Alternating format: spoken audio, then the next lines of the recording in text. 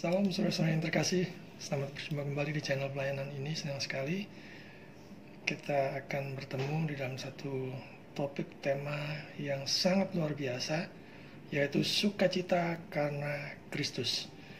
Dan seringkali kita lupa, yang khususnya pada saat kita mengalami suatu penderitaan, kesesakan, problem atau apapun yang memberatkan hati kita, maka sukacita kita itu mulai menyusut, berkurang dan sebagainya. Hari ini kita akan melihat firman Tuhan dari Filipi pasal 1 ayat 12 sampai 26. Saya akan membacakannya untuk saudara-saudara sekalian, tapi sebelum itu jangan lupa mohon bantuannya untuk subscribe, like, komen, share, dan klik loncengnya untuk terus mendukung channel pelayanan ini. Mari kita buka firman Tuhan dari Filipi pasal 1 ayat 12 sampai 26 yang membahas tentang sukacita karena Kristus. Filipi pasal 1 ayat 12 sampai 26 firman Tuhan katakan, "Aku menghendaki saudara-saudara supaya kamu tahu bahwa apa yang terjadi atasku ini justru telah menyebabkan kemajuan Injil. Sehingga telah jelas bagi seluruh istana dan semua orang lain bahwa aku dipenjarakan karena Kristus. Dan kebanyakan saudara dalam Tuhan telah beroleh kepercayaan karena pemenjaraanku untuk bertambah berani berkata-kata tentang firman Allah dengan tidak takut. Ada orang yang memberitakan Kristus karena dengki dan perselisihan, tetapi ada pula yang memberitakannya dengan maksud baik. Mereka ini memberitakan Kristus karena kasih, sebab mereka tahu bahwa aku ada di sini untuk membela Injil. Tetapi yang lain karena kepentingan sendiri dan dengan maksud yang tidak ikhlas. Sangkanya dengan demikian mereka memperberat bebanku dalam penjara. Tetapi tidak mengapa, sebab bagaimanapun juga Kristus diberitakan, baik dengan maksud palsu maupun dengan jujur. Tentang hal itu aku bersukacita, dan aku akan tetap bersukacita. Karena aku tahu bahwa kesudahan semuanya ini ialah keselamatanku oleh doamu dan pertolongan Roh Yesus Kristus. Sebab yang sangat kurindukan dan kuharapkan ialah bahwa aku dalam segala hal tidak akan beroleh malu, melainkan seperti sedia kala. Demikian pun sekarang. Kristus dengan nyata dimuliakan di dalam tubuhku, baik oleh hidupku maupun oleh matiku. Karena bagiku hidup adalah Kristus dan mati adalah keuntungan. Tetapi jika aku harus hidup di dunia ini, itu berarti bagiku bekerja memberi buah. Jadi mana yang harus kupilih, aku tidak tahu. Aku didesak dari dua pihak. Aku ingin pergi dan diam bersama-sama dengan Kristus, itu memang jauh lebih baik. Tapi lebih perlu untuk tinggal di dunia ini karena kamu. Dan dalam keyakinan ini, taulah aku akan tinggal dan akan bersama-sama lagi dengan kamu sekalian, supaya kamu makin maju dan bersukacita dalam iman, sehingga kemegahanmu dalam Kristus Yesus makin bertambah karena aku, apabila aku kembali kepadamu." Di bagian awal ini kita melihat bagaimana Rasul Paulus dipenjarakan karena pelayanannya. Namun demikian kita bisa melihat konteksnya betapa Rasul Paulus menghendaki saudara-saudara seiman tahu bahwa dirinya di penjara itu membawa dampak, yaitu dampaknya menyebabkan kemajuan Injil. Kemudian kebanyakan saudara dalam Tuhan telah beroleh kepercayaan. Mereka bertambah berani berkata-kata tentang firman Allah dengan tidak takut. Walaupun ada orang yang memberitakan Kristus dengan dengki dan perselisihan, namun ada pula yang memberitakannya dengan maksud baik, dengan memberitakan Kristus karena kasih, karena semata-mata cinta Tuhan. Sebab tahu bahwa Rasul Paulus ada di penjara adalah untuk memberitakan Injil. Sementara yang lain karena kepentingan mereka sendiri dan dengan maksud yang tidak ikhlas. Saudara-saudara yang terkasih, mari kita merenungkan tentang pelayanan yang kita lakukan, yang kita kerjakan. Apa yang menjadi motivasi utama kita di dalam melayani itu? Apakah ladang pelayanan itu adalah tempat untuk mencari makan misalnya? Apakah tidak lebih dari sekedar pekerjaan atau rutinitas? Apakah untuk mendapatkan popularitas? Untuk mendapatkan fasilitas dan kenyamanan? Ataukah terlebih-lebih untuk memupuk materi kekayaan pribadi? Ataukah semata-mata karena cinta Tuhan? Kalau kita melihat di 1 Korintus pasal 10 ayat 31 firman Tuhan katakan, aku menjawab, jika engkau makan, atau jika engkau minum, atau jika engkau melakukan sesuatu yang lain, lakukanlah semuanya itu untuk kemuliaan Allah. Kalau untuk hal-hal yang sepele dan rutin saja kita diperintahkan untuk melakukan semuanya itu untuk kemuliaan Allah. Terlebih-lebih lagi di dalam melayani. Dan 1 Korintus 16 ayat 14 firman Tuhan katakan, lakukanlah segala pekerjaanmu di dalam kasih. Dan berikutnya kita melihat di perikop itu bahwa supaya mereka tahu bahwa Rasul Paulus dipenjarakan karena Kristus. Jadi bukan karena perkara kriminal ataupun kejahatan besar, tetapi karena memberitakan Injil kemana-mana. Ada kasus yang sangat memalukan beberapa waktu yang lalu di mana seorang dalam tanda petik hamba Tuhan terungkap karena kasus suap. Ia bekerja sama dengan politisi untuk kepentingan bisnisnya. Tapi di sisi lain ia berkhotbah di atas mimbar, menyerukan pertobatan, menyerukan memberikan yang terbaik bagi Tuhan. Tapi dia sendiri mempraktekkan korupsi, saudara. Ini bukan hanya memalukan kekristenan, tetapi memalukan Tuhan.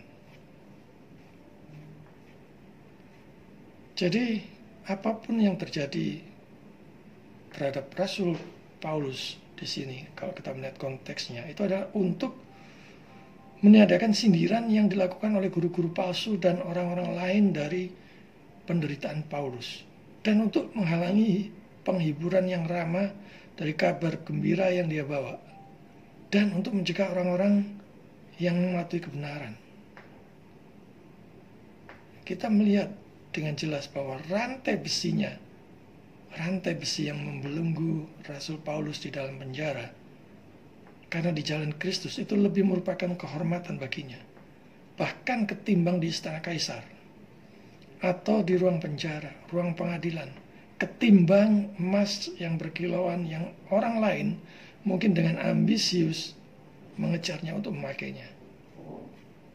Dia bukan hanya menderita sebagai pelaku, dia bukan menderita sebagai pelaku kejahatan, saudara, tapi hanya untuk Tuhan yang kuasa di dalam kurungannya bekerja di dalam dan olehnya, yang menyetujui dirinya sendiri dengan setia, memberi kesempatan untuk menyampaikan beberapa pengertian tentang Kristus dan kabar gembira tentang keselamatan oleh dia di dalam penjara.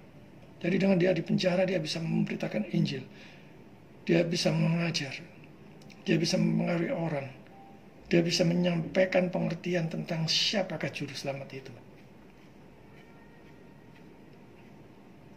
Dan kalau kita melihat konteks keseluruhan dari pemberitaan ini, pemberitaan tentang Kristus itu membawa sukacita.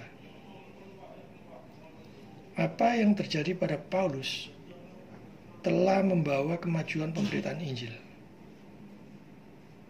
Jadi pemenjaraannya, dia dipenjara dan hal-hal lain yang menimpa kerasulannya, itu adalah demi keuntungan ketimbang menghalangi kemajuan Injil.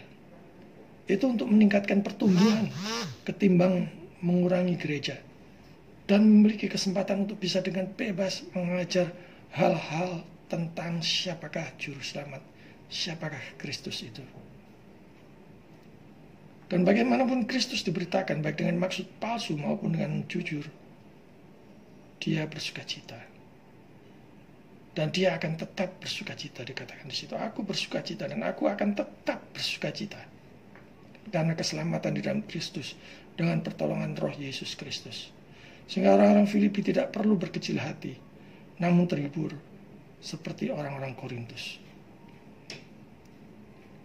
Saudara-saudara yang terkasih, meski mungkin banyak yang memberitakan Injil yang lain, yang bukan memberitakan salib dan karya keselamatan Yesus, kita harus tetap bersukacita dalam melayani dengan benar, tekun, tulus, giat, dan sukacita.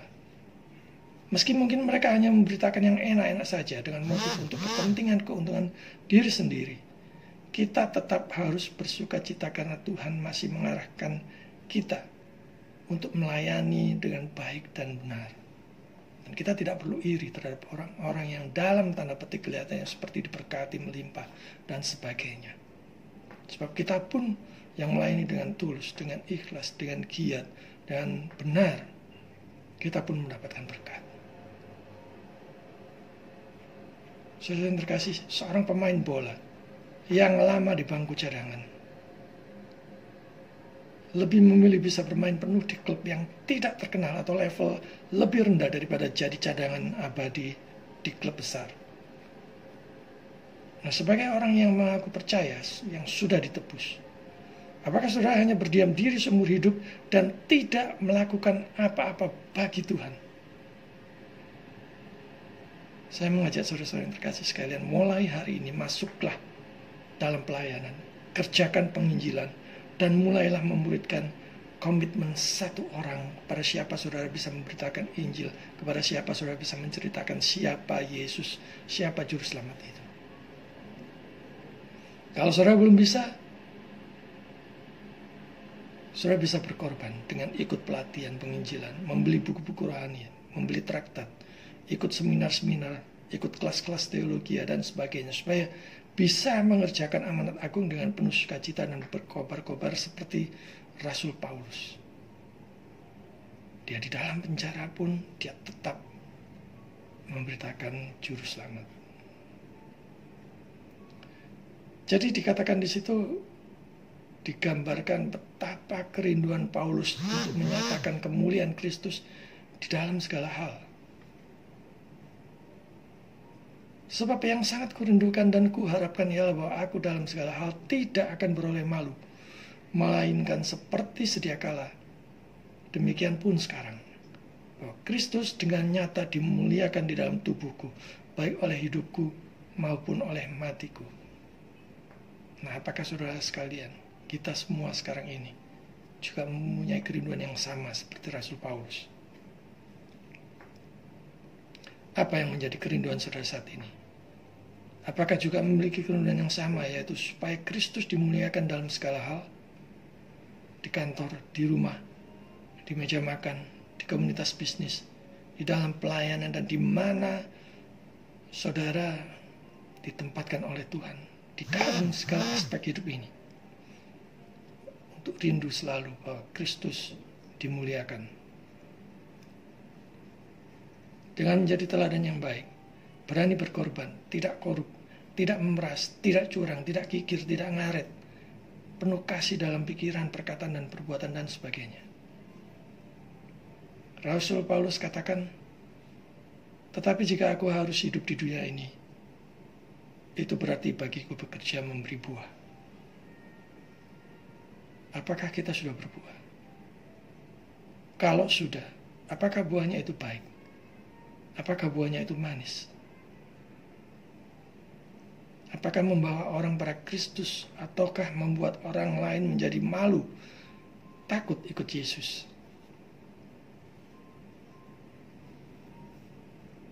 Saudara yang terkasih, sukacita di dalam iman dan bermegah di dalam Kristus, itulah yang dilakukan oleh Rasul Paulus. Terus bersukacita dengan iman dan bermegah di dalam Kristus.